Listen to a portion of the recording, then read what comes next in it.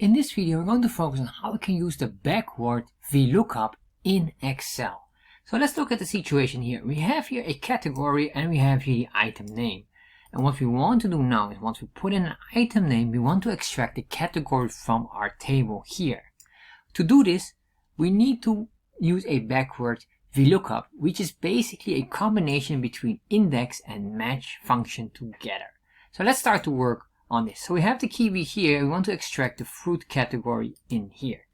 Let's work on this. We're going to say equal index, open up the parentheses, and then select here the formula builder. Once you do that, you get here two function arguments. I'm going to get the upper one, and then I'm going to confirm it, and for some reason I need to confirm this twice.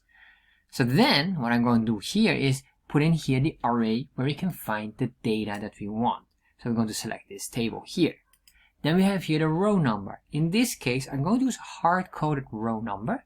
And we know that key is in the second row relative to our array here. So that's very important. So this is row number 2.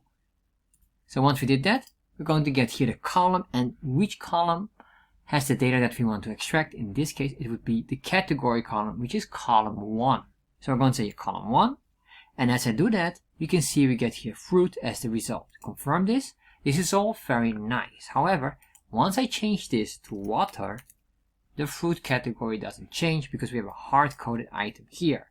What we have to do basically is to make this dynamic. If I put in number 5, confirm, we get now the right category. How can we soft code this?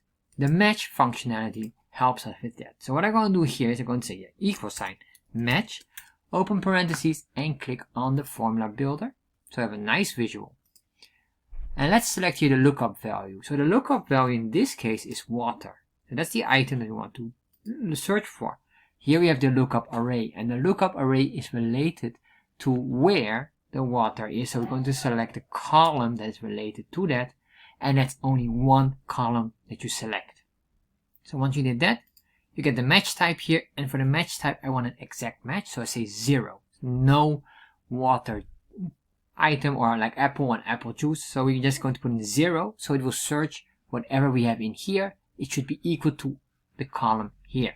Once I did that, you can see the result is 5. If I click on done, it already shows us nicely. If I change this to apple, it's column 1.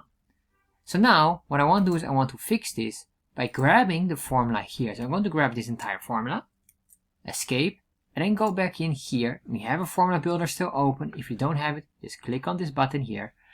And then what we're going to do is we're going to remove the 5 or the value in there, paste everything in there, but remove the equal sign. That's not allowed. So we're going to delete that, and then we get here confirm. Let's close that. We get the fruit. So if I say kiwi, it should be a fruit as well. But if I say water, get a drink. All right. And if I do here, let's say juice, and we're going to put in here orange juice, we get juice as category. This works nicely.